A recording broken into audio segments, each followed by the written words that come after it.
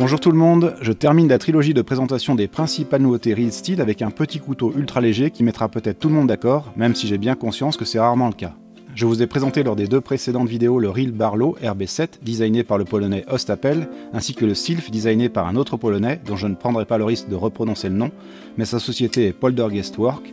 Ce troisième et dernier couteau est aussi signé par Poltergeistwork, il s'agit du Teres. Comment vous appelez-vous? Je m'appelle Thérèse. Je t'en Thérèse, je te prends, je te retourne contre le mur, je te tous les trous, je te défonce. Real Steel est une marque chinoise qui, comme bon nombre d'entre elles, collabore avec des designers européens, et notamment polonais dans les cas présents. D'ailleurs, beaucoup de marques chinoises conçoivent leurs couteaux avec des matériaux de diverses origines, comme des aciers suédois, américains, du carbone de chez Fat Carbon, qui provient de l'entreprise lituanienne. À titre d'exemple, cette année, je me suis acheté une petite caméra d'action Insta-S Pro, dont l'optique est conçue par Leica, une marque allemande bien connue des passionnés de matériel photo. Tout ça pour dire que les Chinois font aussi bosser des entreprises étrangères en tant que fournisseurs de composants et pas que des designers. Ils consentent à prendre le meilleur pour obtenir de bons produits. C'est aussi la raison pour laquelle j'apprécie les marques chinoises.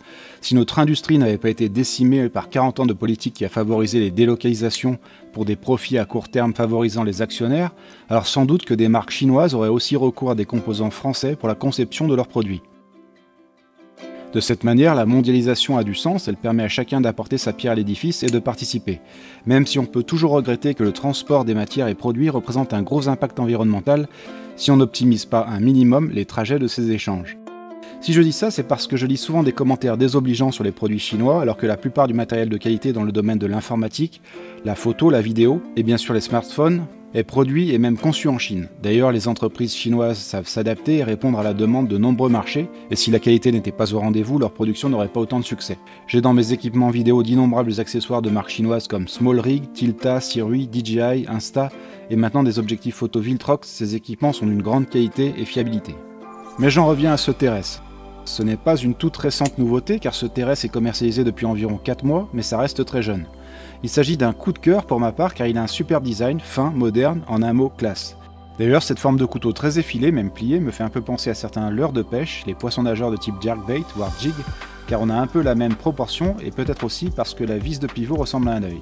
En équipant ce couteau avec des anneaux brisés et des hameçons, on pourrait sans doute pêcher avec. Enfin, ceux qui pêchent et utilisent des poissons nageurs me comprendront. Ce Teres est donc un couteau ultra léger, il ne pèse que 57 grammes pour 183 mm de long, sa lame mesure 79 mm pour 3,1 mm d'épaisseur. Ce qui fait l'intérêt de ce couteau, c'est sa légèreté, sa finesse et son design. Il a de magnifiques lignes, il affirme aussi son caractère avec ses grosses vis noires. Le cadre de ce couteau est en acier et les plaquettes en aluminium sont fixées dessus ou plutôt encastrées de manière très précise. On ne voit le cadre métallique que parce qu'il forme le liner lock. L'aluminium est un métal finalement peu utilisé en coutellerie industrielle et qui est pourtant fort intéressant pour sa légèreté. L'aluminium peut déjà être considéré comme faisant partie des matériaux premium, même si un peu moins réputé que le titane. Ce Teres est disponible en 3 coloris, 2 modèles avec lame satin, manche gris ou noir, mais il était si beau avec lame noire et manche vert métallisé que j'ai craqué pour celui-là. Ce coloris est appelé Racing Green. Le design est épuré mais vraiment superbe de par de petits détails. Outre les grosses vis, on a un backspacer en alu à l'arrière qui permet de passer une lanière et qui fait penser à un béquet qui s'intègre très bien et apporte une touche de modernité. Je vous laisse également apprécier les lignes sur le manche et sur la lame avec ce joli faux tranchant et le jimping sur le dos. Bien que bel objet design, ce Teres n'en est pas moins un couteau fonctionnel. Il est commercialisé 77 $. Je précise que vous pouvez bénéficier de 5% de réduction avec mon code Knives and Steels via le lien en fenêtre de description. J'essaierai de négocier une plus grosse ristourne pour le public de la chaîne quand je présenterai de nouveaux couteaux Real Steel. Le déclenchement de l'ouverture se fait très facilement avec le petit flipper, ce flipper qui disparaît dans la poignée alu une fois le couteau ouvert. Car le manche alu forme une petite garde, l'ergot du flipper est donc caché et d'un point de vue esthétique, il n'altère pas la ligne du couteau. Le mécanisme de verrouillage est donc un liner lock qui inspire confiance avec quelques cannelures pour procurer du grip sous le pouce.